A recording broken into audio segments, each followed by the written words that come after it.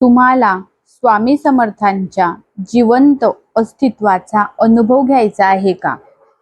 तुम्हालाही कधी असा प्रश्न पडला आहे का, की स्वामी आजही आपल्या भक्तांसोबत आहेत का? हम गया नहीं, हम जिंदा है या स्वामींच्या महावचनाचा खरा अर्थ काय आहे?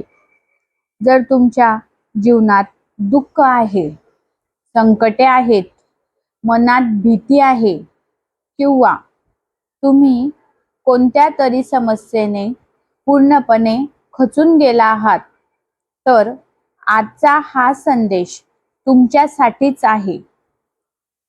चला तर मग बघूया. हा फक्त एक व्हिडिओ नाही, तर स्वामींकडून आलेला एक दिव्य सांगावा आहे. हा संदेश ऐकत असताना तुमच्या डोळ्यात नकळत अश्रू येतील, अंगावर रोमांच उभे राहतील, रोमटे उभे राहतील आणि तुमच्या मनाला एक वेगळीच शांती लाभेल. म्हणून हात जोडून विनंती आहे, हा संदेश शेवटपर्यंत नक्की ऐका. कारण कदाचित आज स्वामी तुम्हाला काही सांगू इच्छित आहेत आणि हे तुम्ही नक्की ऐकावे.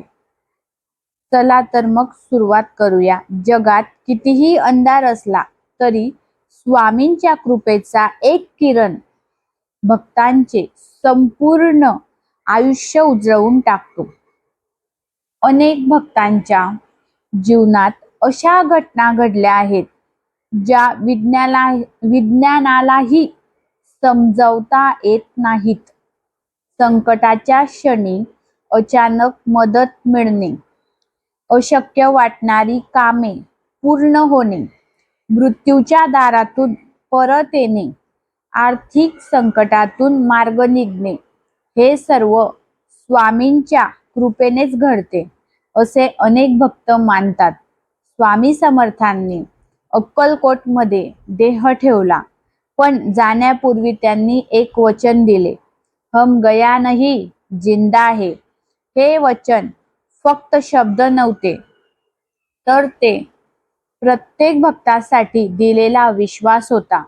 आज आपण अशीच एक सत्य घटना ऐकणार आहोत, जी स्वामींच्या जिवंत अस्तित्वाची साक्ष देते.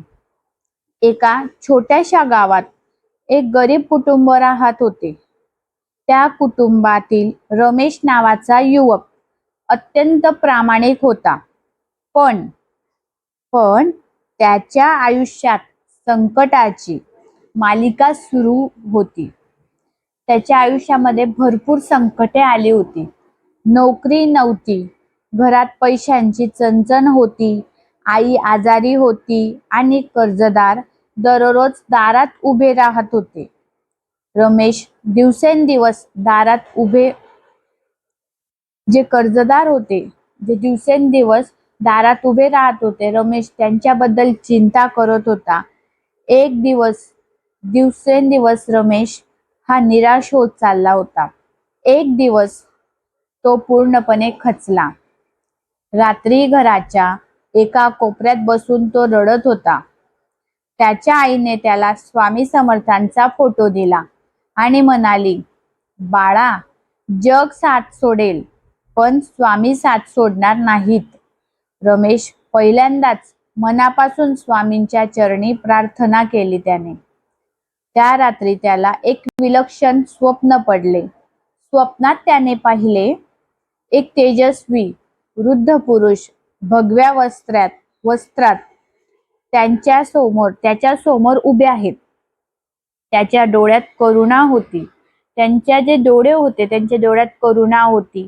त्यांनी फक्त एकच वाक्य सांगितले, भिवू नकोस, मी तुझ्या पाठीशी आहे. सकाळी उठल्यानंतर रमेशला खूप शांत वाटत होते. पुढच्या मंगळवारी त्याने स्वामींचे नामस्मरण सुरू केले. श्री स्वामी समर्थ, श्री स्वामी समर्थ असे म्हणत तो रोज प्रार्थना करू लागला. अविश्वसनीय गोष्ट म्हणजे काही दिवसात त्याला नोकरीची संधी मिळाली. आईच्या उपचारांसाठी मदत मिळाली.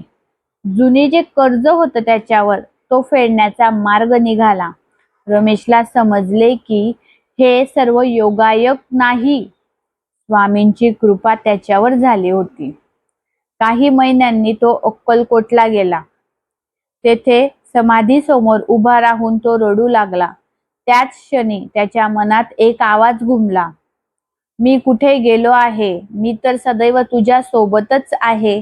रमेशच्या डोळ्यातून अश्रू वाहू लागले. त्या दिवसानंतर त्याच्या जीवनात कधीच निराशा आली नाही. मंडळी, अशीच असंख्य उदाहरणे आजही ऐकायला मिळतात आणि तुम्ही ऐकली देखील असेल. नक्कीच तुम्ही ऐकली असेल तर कमेंटमध्ये नक्कीच ते जे असंख्य उदाहरण आहे त्यापैकी एक तुम्ही नक्कीच लिहा. नाहीतर मग स्वामी समर्थ महाराजांचं नामस्मरण म्हणजे श्री स्वामी समर्थ कमेंटमध्ये नक्की लिहा. जेव्हा जेव्हा भक्त मनापासून हाक मारतो तेव्हा ते कोणत्या ना कोणत्या रूपात मदतीला धावून येतात. कधी डॉक्टरांच्या रूपात, कधी मित्राच्या रूपात, कधी एखाद्या अनोळखी व्यक्तीच्या रूपात, पण मदत करणारे तेच असतात. तेच म्हणजे कोण? स्वामीच असतात. अशीच एक दुसरी कथा आता आपण जाणून घेणार आहोत. आणखी एक अनुभव ऐका. पुण्यात राहणारी एक महिला अनेक वर्ष आर्थिक संकटात होती. घरात सतत भांडणं होते, पैशांची कमतरता, मन शांतीचा पूर्ण अभाव होता. एका दिवशी तिला एका वृद्ध महिलेकडून स्वामी समर्थांच्या मंगळवार व्रताबद्दल माहिती मिळाली. त्या वृद्ध महिलेने तिला सांगितले, फक्त सलग 11 मंगळवार श्रद्धेने स्वामींचे नामस्मरण कर, बाकी सर्व स्वामींवर ठेव, सोडून दे. महिलेने मनापासून व्रत सुरू केले. प्रत्येक मंगळवारी ती स्वामींच्या फोटोसमोर दिवा लावत होती, नाम जप करत असे आणि गरजू लोकांना अन्नदान करत असे.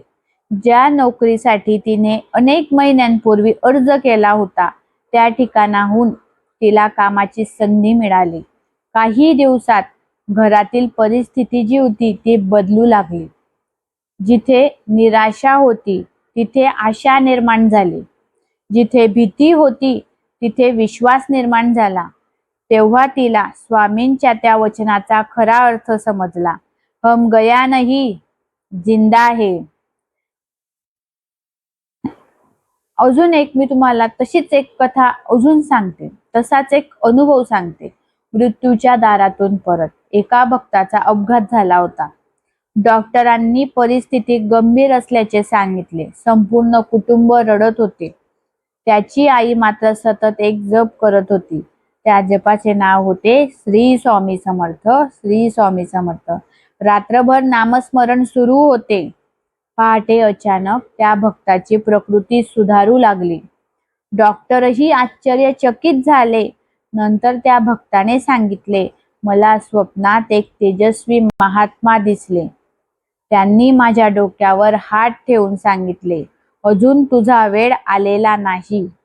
हे ऐकून सर्वांच्या डोळ्यात अश्रू आले. स्वामींची कृपा किती अनंत आहे याची पुन्हा एकदा प्रचिती आली. मंगळवार तुमचे आयुष्य बदलू शकतो. तसेच येणारा जो काही गुरुवार असेल, मंगळवार असेल, साधा दिवस नाही. नक्कीच स्वामींचा जप करा, प्रार्थना करा, पूजा करा. या स्वामींशी संवाद साधण्याचा दिवस आहे. सकाळी लवकर उठून स्नान करा. स्वामींच्या फोटो समोर तुपाचा किंवा तेलाचा दिवा लावा.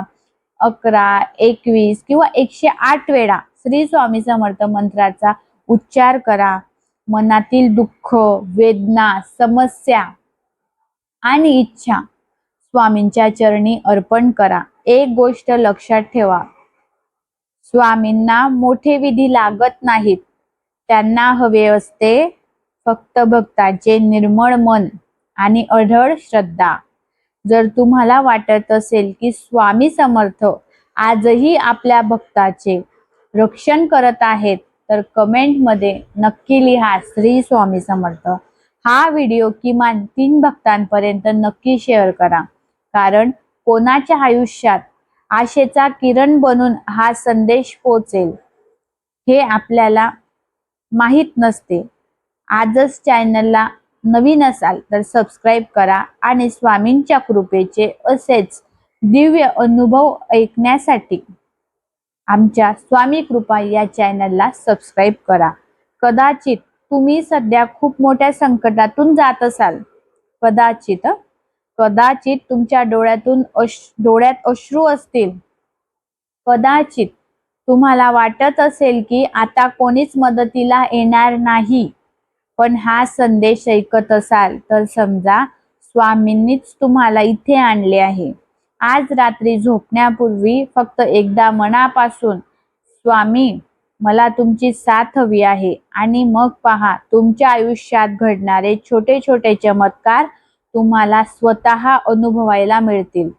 कारण स्वामींचे वचन आजही तितकेच सत्य आहे. हम गया नहीं जिंदा है.